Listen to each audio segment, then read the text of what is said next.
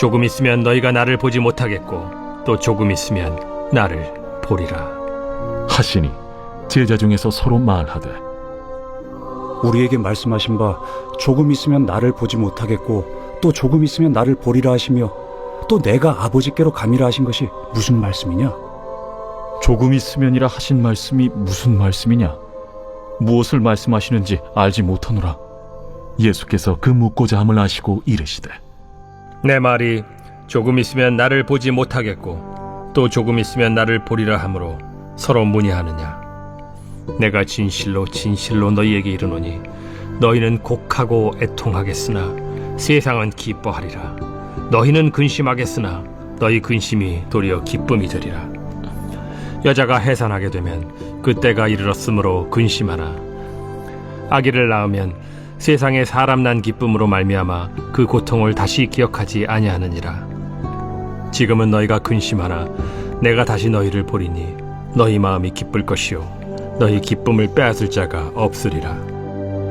그날에는 너희가 아무것도 내게 묻지 아니하리라. 내가 진실로 진실로 너희에게 이르노니 너희가 무엇이든지 아버지께 구하는 것을 내 이름으로 주시리라. 지금까지는 너희가 내 이름으로 아무것도 구하지 아니하였으나 구하라. 그리하면 받으리니 너희 기쁨이 충만하리라.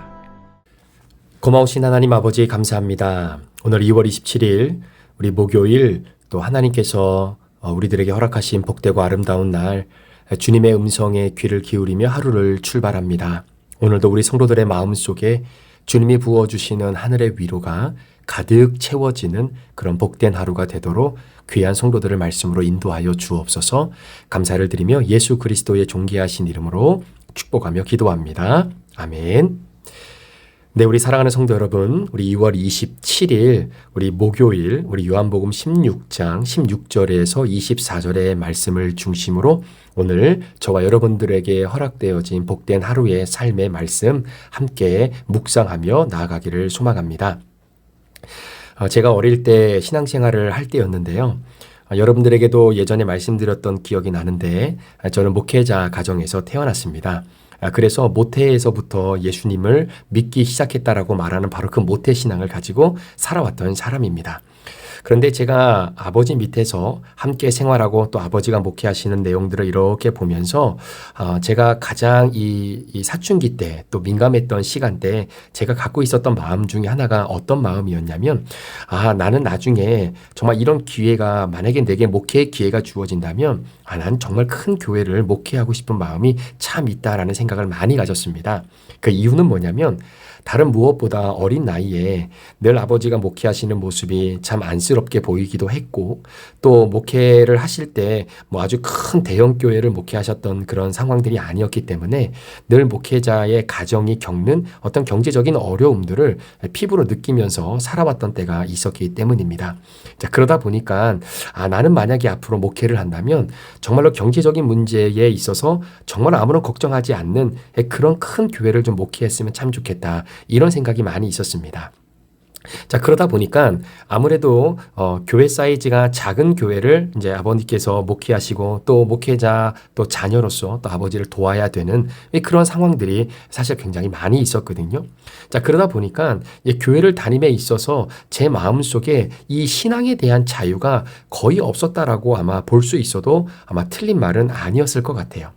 그러니까 제가 예수님을 깊이 만나기 이전에는 늘 교회를 다니는 것이 단순히 아버지가 목사였기 때문에 그리고 아버지가 이 교회 책임자니까 아버지가 잘 돼야 되잖아요. 그래야 경제적으로도 저에게 돌아오는 베너핏이 있을 수 있다라는 생각이 들었기 때문에 예수님을 만나기 이전까지만 하더라도 제가 신앙생활을 하는 가장 궁극적인 이유는 아버지가 교회 목사였기 때문이었다라는 이유가 아마 가장 컸다고 아마 저는 생각이 됩니다. 자, 그렇기 때문에 봉사를 해도 정말로 예수님이 나를 구원해 주신 그 구원의 은혜에 내가 너무나 감사한 마음이 있었기 때문에 정말로 기쁜 마음으로 주님의 몸된 교회를 섬기는 봉사가 이루어진 것이 아니라 교회 일손이 없으니까 목사 아들이라도 가서 해야 되는 상황이었기에 그렇게 했던 것입니다.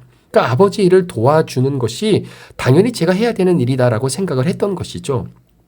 자, 그러니까 사명감이라는 것 자체가 사실 제게 있었던 적은 그렇게 많지가 않았던 것 같습니다. 자, 그렇게 신앙생활을 하다 보니까 제 신앙생활에 자유가 없는 거예요. 그러니까 여기서 말하는 자유는 이런 자유 있죠. 내가 교회를 다니고 예배를 참석함에 있어서 내가 몸이 아파요. 그리고 기분이 별로 좋지 않아요. 그날은 그래서 교회를 가고 싶지 않아요. 그런데 교회를 가고 싶지 않아서 교회를 가지 않는 자유가 사실 제게는 주어진 적이 없었던 것입니다. 다른 말로 표현하면 성도들은 교회를 와서 예배를 드리다가 이런저런 이유 때문에 교회가 나에게 마음에 들지 않는다라고 하면은 그냥 교회로 옮기는 자유가 있었거든요. 그런데 저에게는 그런 자유가 사실 주어지지 않았습니다. 그러니까 다른 교회를 가고 싶어도 또 다른 교회에 가서 예배를 드리고 싶어도 예를 들어서 이런저런 이유 때문에 그냥 저는 그 다른 교회로 옮겨야 갈 그런 이유와 또 그런 자유가 사실 저에게는 주어져 있지 않았던 그런 상황들이 많이 있었던 것이죠. 자, 그런 가운데서 예수님을 만나고 그리고 이제는 신학교에 들어가서 이제 공부를 하면서 여전히 제 마음속에 남아 있었던 한 가지 희망이 있었다면 그건 다른 무엇이 아니라 좀 큰 교회를 목회하고자 하는 그런 욕망과 열망들이 사실 제 몸 가운데 있었던 것은 사실입니다. 자, 그러면서 왜 작은 교회는 이 세상에 이렇게 존재할까? 이왕 하나님 나라를 위해서 일하는 목회자들이고 그런 교회라고 한다면 목사님들이 목회하는 데에 생활하는 면에서 경제적인 면에서 아무런 문제가 없이 목회에 올인할 수 있도록 도와줄 수 있는 그런 교회의 경제적인 상황들이 있는 그런 교회에서 목회를 하셔야 되는 것이 맞지 않는가? 그러니까 이런 생각들을 좀 많이 갖게 되었습니다. 자, 그러니까 한번 생각해 보세요. 여러분, 교회가 작으면요. 교회가 사이즈가 작게 되면 아무래도 성도들이 작으니까 헌금이 적게 모이겠죠. 그럼 헌금이 적으면 아무래도 목회자의 생활을 지원해 주는 그러한 분량들이 작아질 수밖에 없는 겁니다. 그러면 그 목회자와 함께 생활하는 사모님과 그 자녀들이 겪는 경제적인 어려움이야 당연히 불보듯 뻔하게 보여질 수밖에 없는 것이죠. 그러니까 저는 예수님을 깊이 만나기 전까지만 하더라도 이러한 마음이 있었던 겁니다. 그러니까 목사님은 아버지가 목사가 되겠다고 해서 아버지가 그 사명 가지고 그 사명의 길을 걸어가는데 우리는 선택의 여지도 없이 태어나 봤더니 그 사명의 길에 그냥 우리도 같이 걸어가게 되는 바로 그러한 상황이었다라는 것이죠. 그래서 작은 교회에서 어떤 분들이 예수님을 믿고 또 작은 교회이지만 그 안에서 하나님의 은혜를 경험하는 그런 성도님들도 계셨거든요. 근데 제가 참 마음이 아팠던 것은 뭐냐면 그렇게 한 영혼 한 영혼을 위해서 최선을 다해서 일하고 그리고 헌신하고 그 영혼을 세우기 위해서 말씀으로 양육하고 기도했던 그 아버지의 모습을 제가 알고 있기 때문에 정말로 그런 모습의 가운데에 성도들이 은혜를 받아요. 그런데 문제는 조금 지나면 자녀들 교육 때문에 조금 더 교육기관이나 이런 프로그램들이 잘 되어 있는 그런 큰 교회로 이렇게 다 옮겨가더라는 거예요. 이런 모습을 보면서 그럴 거면 처음부터 큰 교회를 가지. 왜 작은 교회에 오셔가지고 열심히 하는 것처럼 이렇게 하다가 결국은 자녀들 때문에 다 큰 교회로 떠나버리고 마는 겁니다. 그러니까 그런 모습을 볼 때 목회자 자녀로서 굉장히 마음에 찹찹한 마음이 많이 드는 거죠. 이렇게 목회를 해야 되나? 만약에 내가 앞으로 목회를 한다면 나도 이런 상황을 겪어야 되는가? 제가 목요일마다 함께 커피 브레이크를 하는 이런 목사님들의 모임이 있는데요. 그중에 어느 한 목사님, LA에 사시는 목사님이에요. 그 목사님이 이제 기도 제목을 내놓는데 이런 제목을 내놓는 거예요. 자기 딸을 위해서 기도해 달라는 거예요. 그래서 어떤 이유냐라고 이렇게 들어보니까 요지는 그렇습니다. 그 목사님이 섬기는 교회가 굉장히 작아요. 개척교회 다 모임이니까. 그래서 개척교회니까 교회 상황도 그렇고 경제적인 여건도 그렇고 또 교회의 모든 프로그램들이나 아니면 교육기관들이 제대로 형성이 되어 있지 못한 교회가 많이 있잖아요. 자, 그러다 보니까 그 목사님 딸도 태어나서 지내다 보니까 아버지가 목사였기 때문에 그냥 그 교회에 다닐 수밖에 없는 거예요. 그런데 한 번은 이제 친구들하고 함께 어떤 큰 교회에서 찬양 집회가 있었다라고 해요. 그래서 그 찬양 집회에 가고 싶다고 해서 목사님이 딸을 그 교회에 라이드를 해준 겁니다. 그래서 드랍을 해주고 이제 시간이 지나고 난 다음에 이제 딸을 픽업해 왔어요. 근데 딸이 너무나 좋아했더라는 겁니다. 아무래도 교회 사이즈가 크다 보니까 제반 사항도 다 구축이 되어 있을 것이고 또 그렇게 찬양 축제를 할 만큼 모든 이 여건들이 다 준비가 되어 있잖아요. 그러니까 그런 환경과 여건 속에서 찬양을 하고 예배를 드리니까 이게 딸 아이의 마음에 너무나 그게 좋았던 거예요. 그리고 나서 나중에 이 목사님 아버지한테 이렇게 조심스럽게 얘기를 하더라는 겁니다. 아빠, 나 지난번에 찬양 집회 갔던 그 교회, 나 그 교회 다니면 안 돼요? 이렇게 물어봤다는 거예요. 근데 그 이야기를 듣는데 이 목사님이 마음이 너무나 아픈 거예요. 그러니까 한편으로는 그런 환경 속에서 내 자녀들이 정말로 하나님을 마음껏 찬양하고 그렇게 예배드릴 수 있는 자유를 좀 주고 싶은데 지금 그 딸이 내가 목회하는 이 목회 현장에서 없으면 목회에 큰 어떠한 이 지장이 있을 수밖에 없는 그런 위치에서 또 일을 하고 있거든요. 그러니까 찬양 인도하고 예배를 인도하고 있거든요. 그 딸이. 자, 그러니까 목사님 입장에서는 이러지도 못하고 저러지도 못하는데 뭐가 하나님이 기뻐하시는 모습인지 모르겠다. 이제 그러면서 딸아이를 위해서 기도해달라라고 하는 기도 제목을 내놓으신 거예요. 자, 그리고 나서 구체적으로 이야기를 안 하셨는데 그러니까 제가 느끼기에는 그 목사님의 기도 제목이 그런 게 아니었을까. 비록 한번 찬양 집회에 참여했던 그때의 기쁨과 즐거움과 어떤 그 은혜의 순간들이 너무나 좋기는 했지만 그럼에도 불구하고 아버지가 섬기고 있는 이 목회지에서 본인이 하고 있는 사역들을 다시 지금 잘 감당할 수 있도록 마음을 좀 이렇게 다잡을 수 있도록 좀 기도해 달라라고 하는 그런 맥락으로 사실 저는 좀 이해를 했거든요. 그러니까 여러분 그런 겁니다. 왜 이 땅에 이렇게 작은 교회가 있을까? 왜 작은 교회를 목회하는 목회자들과 그 가족들은 왜 이런 어려움을 또 겪어야만 할까? 그런데 제가 이제 신학교를 오고 목회를 하면서 다시 한번 주님을 깊이 경험하고 그리고 나서 제가 깨달았던 것이 뭐냐면 하나님의 마음을 좀 알겠다라는 생각이 드는 겁니다. 그러니까 왜 이 땅에 작은 교회를 하나님이 허락하셨는가? 자, 그 작은 교회에 대한 하나님의 마음하고 제가 작은 교회를 바라봤던 그 이전의 마음이 굉장히 달랐다라는 것을 잠시 깨닫게 된 적이 있었어요. 자, 그렇게 따지고 보면 여러분 예수님이 이 땅에 오셔서 목회를 하셨잖아요. 그러니까 목회자로 이 땅에 오신 거잖아요. 그런데 예수님의 목회의 사이즈는 진짜 대형 교회 메가처치를 목회한 것이 아니었습니다. 우리 예수님은 이 땅에 오셔서 진짜 작은 교회를 목회하셨어요. 물론 많은 사람들이 예수님을 따라다녔고 진짜 끝이 보이지 않을 수많은 무리들이 예수님을 따라다니기는 했죠. 그런데 여러분 그 모든 무리들은요. 결국 자기의 목적을 이루기 위해서 예수님을 따라왔던 사람들입니다. 예수님이 목회하셨던 교회는요. 건물이 없었습니다. 그리고 그때 당시에 예수님은 지금이야 거의 많은 목사님들이 심지어는 석사 이상의 학위와 박사 학위를 가지고 담임 목사를 하는 경향들이 많이 있지만 그때만 하더라도 여러분 예수님에게는 박사 학위가 없었어요. 오히려 많은 사람들이 예수님은 치유의 능력이 있다. 내가 갖고 있는 이 병 예수님만 만나면 내 병 회복되고 치유될 수 있다. 이러한 목적을 가지고 수많은 무리들이 예수님을 따라와서 예수님에게 은혜를 받고 내 육신이 강건해지는 은혜를 경험하게 되지요. 그런데 문제는 그렇게 내 소원이 충족이 되고 난 이후에 사람들은 떠납니다. 그러니까 수많은 무리들이 예수님과 함께 있기는 했지만 실제적으로 예수님의 말씀과 함께 동고동락했던 사람들은 아니에요.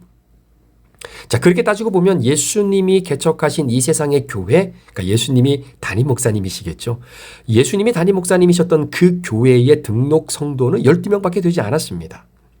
그 12명 목회하시기 위해서 예수님이 이 땅에 오신 거예요. 물론 그 12명도 나중에는 담임 목사님이신 예수님을 다 버리고 뿔뿔이 흩어지기는 했지만 그러나 결국 나중에 성령 충만함을 받고 12명의 제자가 사도가 되고 이 사도들이 각각의 지역에서 이제는 하나님 나라의 복음 전파를 위해서 아름답게 사용되어진 믿음의 전사들로 하나님이 결국 그들을 사용하시게 되는 것을 보게 되는 것이죠. 자, 그러니까 예수님의 목회를 바라보고 이해가 되니까 작은 교회를 목회하는 것이 이게 내가 생각했던 것과는 좀 다른 의미가 있구나라는 것을 좀 바라보게 되는 것이죠. 제가 말씀을 준비하면서 페이스북에 올라온 한 글을 보게 되었는데요. 그 글의 내용이 이런 겁니다. 어느 한 목사님이 이제 이 개척교회를 시작하기 위해서 하나님이 허락해 주신 시드 멤버, 아주 작은 시드 멤버들을 중심으로 이제 교회를 개척하게 된 거예요. 이제 교회를 개척했는데 이제 교회 장소를 알아봐야 되잖아요. 그래서 여기저기 수소문 끝에 이제는 교회 장소를 알아보는데 생각보다 임대료가 너무나 비싼 겁니다.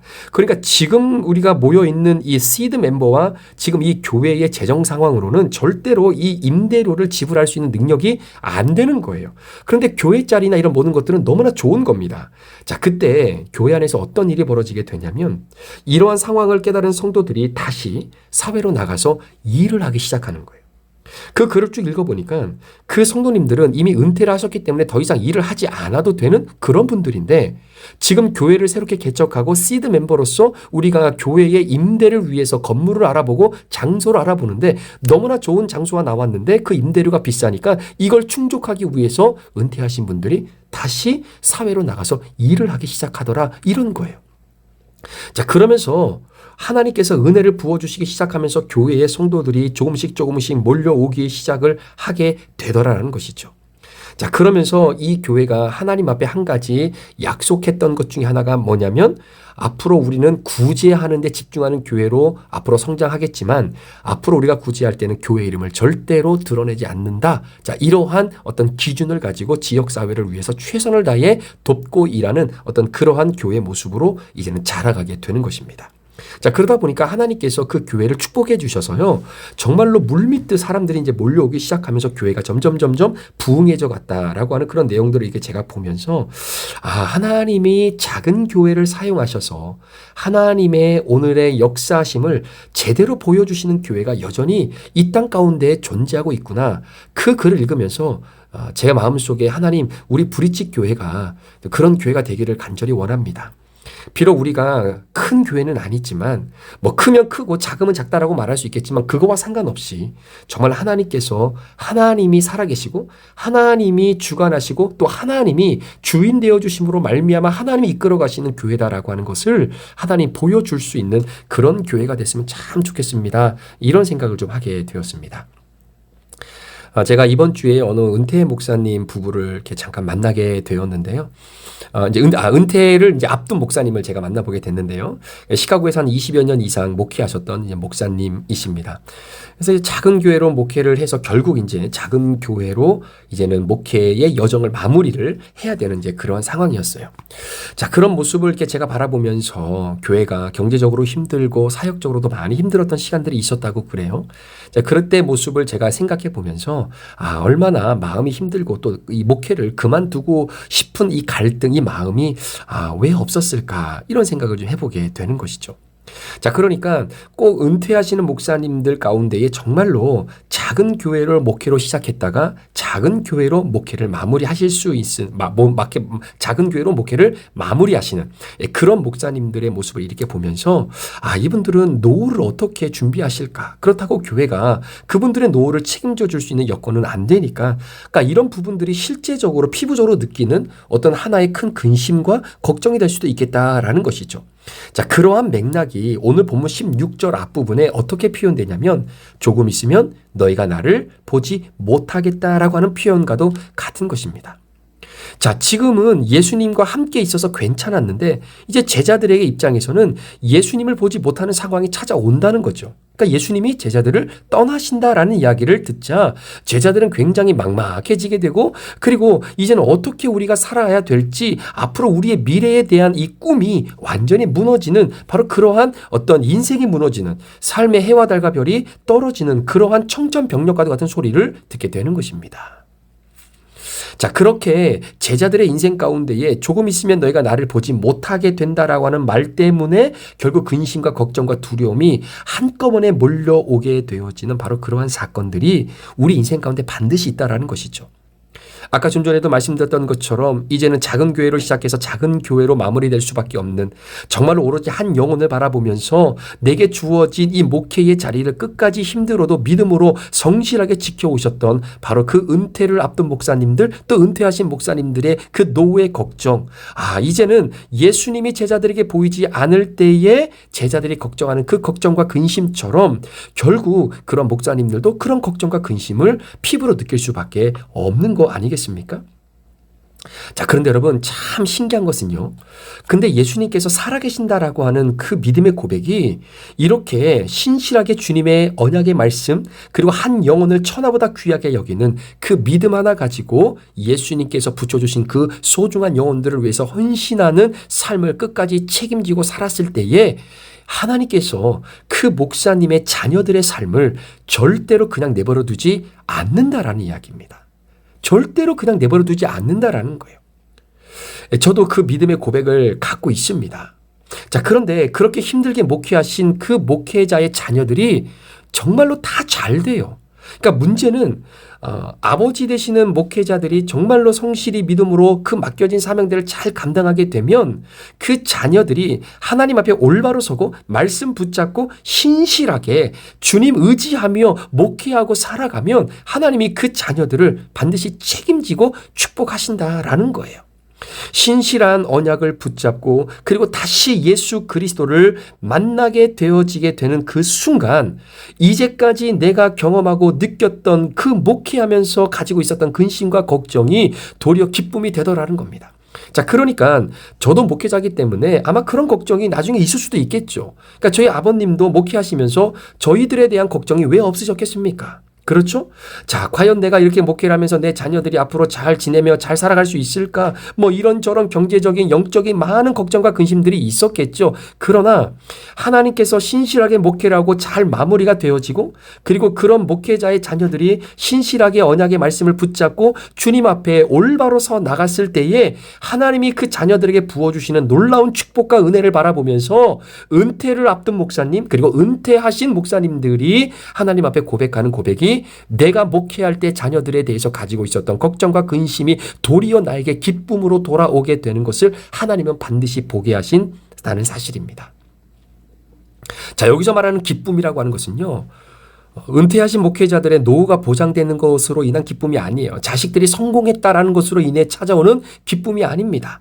자녀들의 삶에서 정말로 그들이 예수 그리스도를 다시 만났다라고 하는 것을 볼 수 있는 바로 그 기쁨이다라는 것이에요.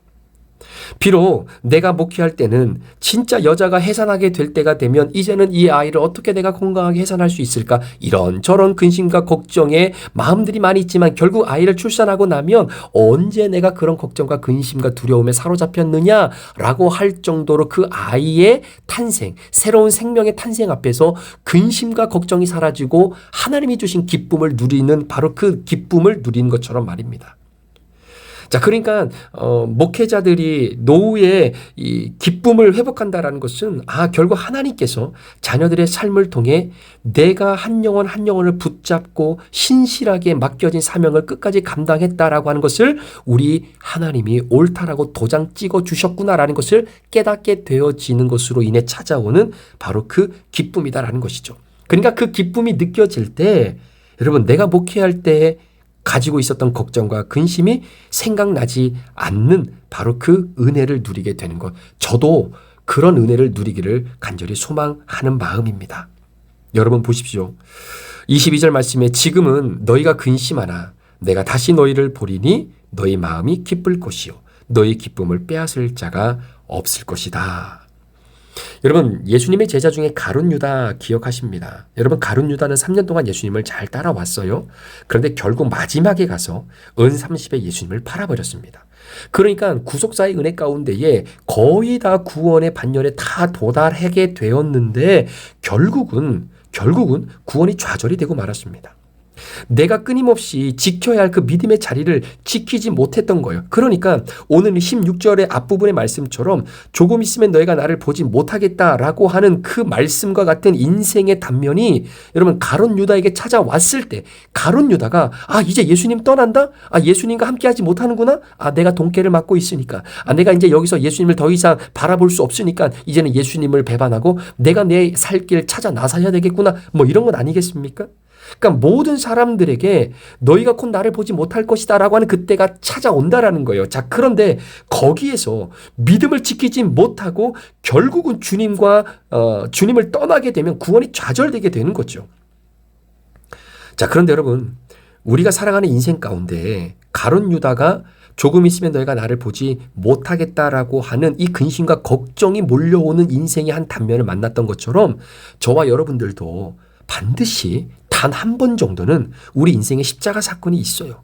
깊은 그런 무덤의 좌절 속으로 들어가서 어둠이 완전히 내 인생을 덮어버리고 그 어둠 때문에 빛 한 줄기를 바라보지 못하는 그러한 인생의 밑바닥을 한 번쯤 기어보는 그러한 시간들이 저와 여러분의 인생 가운데 단 한 번쯤은 있다라는 겁니다.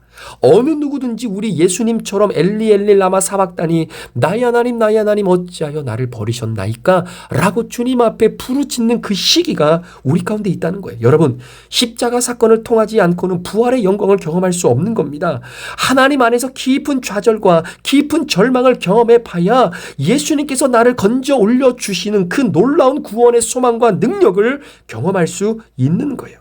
그러니까 잠깐 예수님이 나를 떠나는 시간이 반드시 있습니다. 누구에게나 있어요. 자, 그런데 문제는 그렇게 나를 잠시 떠날 것이다 라고 하는 말씀도 있지만 그럼에도 불구하고 그 현장에서 우리가 붙잡고 놓치지 말아야 할 우리의 믿음의 고백은 조금 있다가 나를 다시 보게 될 것이다 라고 하는 믿음이에요. 지금은 내가 너희를 잠시 떠나지만 라고 하는 말씀에 무너지는 가룟 유다가 되는 것이 아니라 그러나 조금 있다가 나를 다시 보게 될 것이다 라고 하는 믿음으로 그 말씀을 붙잡고 나를 잠시 보지 못할 것이다 라고 하는 인생의 단면의 시간을 버텨내는 자들에게 하나님께서 놀라운 구원의 은혜와 기쁨을 허락해 주시고 그 기쁨은 내가 이전에 예수님이 나를 떠나 계신겠다라고 말함으로 인하여 찾아온 근심과는 비교할 수 없는 하늘의 기쁨이다 라고 하는 사실입니다. 여러분, 예수님도 어떻게 십자가에서 그 고통을 버텨내셨겠습니까? 어떻게 우리 예수님이 그 모진 고통을 끝까지 참아내셨겠느냐라는 거예요. 비록 지금은 십자가를 져야 하는, 즉 하나님 아버지가 나를 잠시 떠나 계시는 바로 그 시간 우리 예수님에게도 있었거든요. 그 시간이 다가 아니라 그 시간이 지나면 나를 다시 만나러 오실 것이다. 이 시간을 통해 내가 완전히 죽음을 경험하지만 그 죽음의 시간이 끝이 아니라 나를 다시 만나러 오시는 아버지 하나님이 죽음의 권세를 무너뜨리고 나를 부활의 자리로 이끌어내실 것이다 라고 하는 바로 그 말씀이 믿어지게 될 때 바로 그 자리를 믿음으로 지켜낼 수 있는 것입니다. 나를 다시 만날 때 우리 주님이 저와 여러분에게 주시는 그 기쁨은 이루 말할 수 없는 기쁨이다라고 하는 사실인 것이죠. 우리 사랑하는 성도 여러분, 혹시 여러분의 인생 가운데 오늘 16절에 있는 말씀처럼 조금 있으면 너희가 나를 보지 못하겠고 라고 하는 이 말씀이 내게 들려짐으로 야, 이제 예수님이 나와 떨어져 계시고 그 예수님이 나를 떠나 계시기 때문에 그 예수님의 은혜와 그 예수님의 도움을 내가 이제는 받을 수 없는 것 아닐까라고 할 만큼 여러분의 마음과 생각 속에 삶 속의 근심과 두려움과 아픔을 밀어다 주는 그런 사건들에 오늘도 봉착되어져 있는 분들이 계십니까? 근데 여러분, 오늘 예수님이 말씀하시는 가장 핵심적인 말씀은요, 그러나 조금 있으면 나를 다시 볼 거라는 거예요. 조금 있으면 나를 다시 볼 거라는 겁니다. 직장의 문제로 지금 그 걱정과 근심의 시간을 걸어가고 계십니까? 건강의 문제 때문에 걱정과 근심에 사로잡혀 오늘도 그 길을 걸어가고 계십니까? 아니면 관계 문제 때문에, 아니면 삶의 무기력 때문에, 아니면 부부관계 때문에, 이런저런 힘듦 때문에 오늘도 조금 있으면 너희가 나를 보지 못할 거라라고 하는 이 말씀으로 인해 찾아오는 걱정과 근심 속에 오늘도 살아가고 계시는 분들이 혹시 있다면 여러분 기억하십시오. 하나님이 여러분을 붙들고 있는 이상 주님이 우리를 잠시 떠나 계셔야 되는 그 시간이 오히려 조금 있으면 나를 보게 되어지는 기쁨을 경험하는 바로 그 믿음의 시간, 기쁨의 시간이 우리에게 찾아오게 될 것입니다. 그 시간에 대한 믿음의 확고한 고백을 여러분들이 포기하지 마시고 오늘도 그 주님께서 이끌어 주시는 그 순간순간, 비록 지금은 내가 예수님이 마치 나와 동떨어져 계시는 것처럼 느껴질지라도 그 가운데서 하나님이 다시금 내게 세상이 알 수 없는 기쁨을 주시겠다라고 고백하셨던 바로 그 기쁨이 순간 나에게 찾아오게 되는 그 은혜가 있을 것이라고 하는 믿음을 가지고 함께 오늘도 우리에게 주어진 삶을 함께 살아낼 수 있는 저와 여러분 되시기를 주의 이름으로 축복합니다. 기도하시겠습니다. 하나님 아버지, 오늘 우리 사랑하는 성도들의 삶이 조금 있으면 너희가 나를 보지 못하겠다 라고 하는 이 말씀으로 인해 생겨진 걱정과 근심과 두려움에 봉착되어 있다면 하나님, 우리는 좀 더 믿음의 눈을 뜨고 바로 16절 후반부에 기록되어져 있는 또 하나의 말씀, 또 조금 있으면 나를 보리라 라고 하는 이 말씀을 오늘도 부여잡고 믿음의 자리를 지켜나가는 우리 사랑하는 성도들, 또 내 자신이 되도록 인도하여 주옵소서. 주님께서 다시 우리에게 찾아오실 때 허락하신 그 기쁨은 이전에 내가 갖고 있었던 걱정과 근심과는 비교될 수 없을 만큼의 기쁨임을 다시 한번 기억하며 주님 앞에 오늘도 그 기쁨을 믿음으로 행하며 누리며 살아갈 수 있도록 우리 성도들을 인도해 주시기를 간절히 원합니다. 감사를 드리며 예수 그리스도의 존귀하신 이름으로 축복하며 기도합니다. 아멘.